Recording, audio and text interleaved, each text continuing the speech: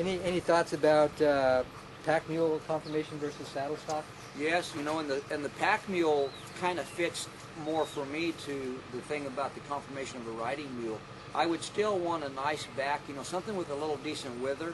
We know that the rounder the back, or the old mutton wither mules, that they have a harder time holding the pack as well as the saddle stock. Right. But if we'll get something, and a pack mule, to me, could be a little bit more beefy, a little bit more drafty type, but I still wouldn't want it to be so much that way that there's no wither or any way to help hold our packs on. So you got to kind of be in the middle of the road with that. Get something stout and something that can work well.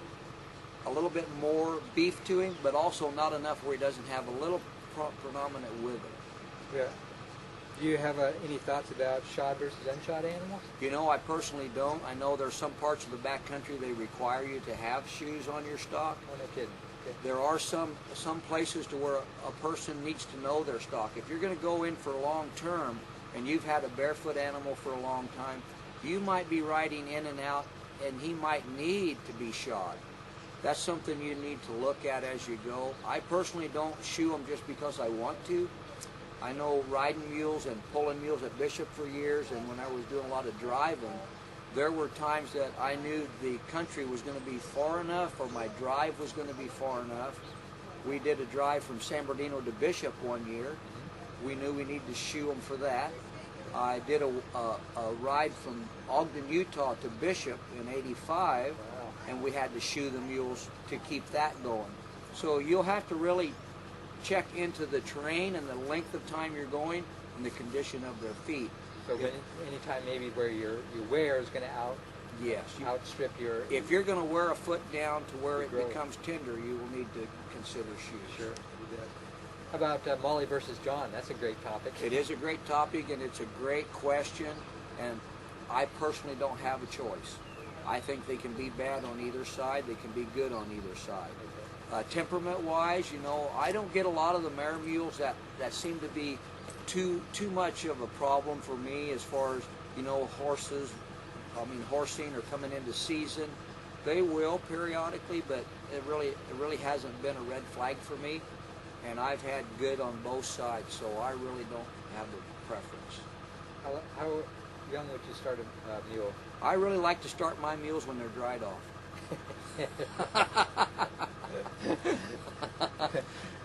Okay. And, you know, you don't really have to do a lot of schooling at a young age for them, but they do have to know how to have the human involvement and just how to lead a little bit and how to come to you and how to learn to get familiar with us and us familiar with them, and, you know, teach them to behave and have good manners in a very kind way when they're small, so when they get larger, when you try to fix them, they don't become afraid of it. So our involvement with them at an early age sure benefits their education as they get older. Sure. What about bits? You have a preference? Yes, I start them out in a snaffle bit or a hackamore. Right. And then I go from the hackamore into the boselle. I go into that process, and then I go into the two rein to the bridle, just as I would my horse. The concept of the old mule bits and the harsh bits and the bits that cause all the control that a person feels they get. And I often say to people, Pete, I say, it isn't their face running off, it's their feet. So we teach how to operate the feet and control the emotion and to let the animal know that it's okay to move and not get into trouble. And then we avoid at all costs, we just don't use those harsh bits. I guess the last question I'd like to end with is, what do you think is the most common mistake that people make with the handling of a mule? It's the same with a horse, but your question, what's the common mistake that I see when a person handles a mule is they simply don't know what the mule's going to do. They don't know why he does it, and yet they're always trying to fix it. Or maybe it's they don't even know it's occurring. Like a mule will first be kind of hard to catch if he's a little afraid of you or you're a new person. They get that from the donkey. From that donkey, they develop this innate ability to say, I don't trust it, I kind of stay away from it. Like kids. Our young kids will be around our family forever, and some of them will be a little shy from strangers until they get accustomed to that. That's what the donkey gives you. But after they start to get accustomed to those things, it seems to just level out a lot. Get to be real friendly animals. They get to be really friendly. Yeah, I've sure noticed that kids and donkeys get along great around my place. You bet. And that's what people need to understand, I think, Pete. If you're going to get a mule, you have to understand he gets a lot of traits from that donkey. Exactly. If you don't like what the donkey does and the things they think and the things they won't do, don't get a mule. Very good. Both been involved in Backcountry Horsemen for a long time. Yes, sir. Great organization, and we keep trying to work to keep those trails open for pack and saddle stock. You bet. Throughout California and really throughout the whole United States. You bet. You know, I got little grandkids, and if we don't protect these lands and protect our right to use them, our kids won't be able to ride in our backyard. Right. So it's really important, and I think it's necessary, and Backcountry does a great job to support that, and people like yourself that are behind the lines fighting for that use. It's great. Yeah, I appreciate hearing that in your clinic today too, where you bring it into your training clinics each and every time I've heard you talk. So that's great. You know, and I think it's important for people to know. You know, we love these animals to a degree that we want to get on them and go see the backcountry. Yep. We want to pack to that lake and fish. We want to pack to that remote area and camp out with our family. If we don't know that our animals get nervous and paw, and we don't know that they get nervous and tear up the terrain, we don't know that, boy, we love to go up that hill, just get off the trail and switch back, we don't know that that is damaging and someone behind us is going to complain. So we need to take care of that. And I'll tell you a funny story on myself, and this is something that happened to me. I started packing, and I thought, you know what, I can figure this out. I didn't have a lot of guidance in packing, but I had a lot of skill with the stock. So I figured out how to throw a box hitch, and I figured out how to get this thing loaded. And the first couple trips I went from Kennedy Meadows to Jordan Hot Springs, to that Golden Trout Wilderness area. I mean, I love that country.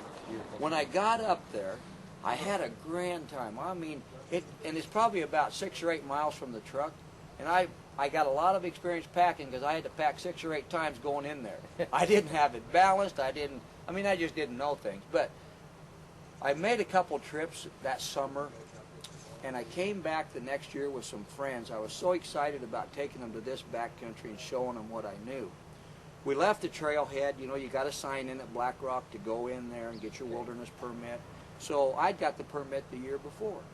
I go in, I sign my permit, I go to the trailhead, I'm packing, I'm helping everybody because I'm the expert.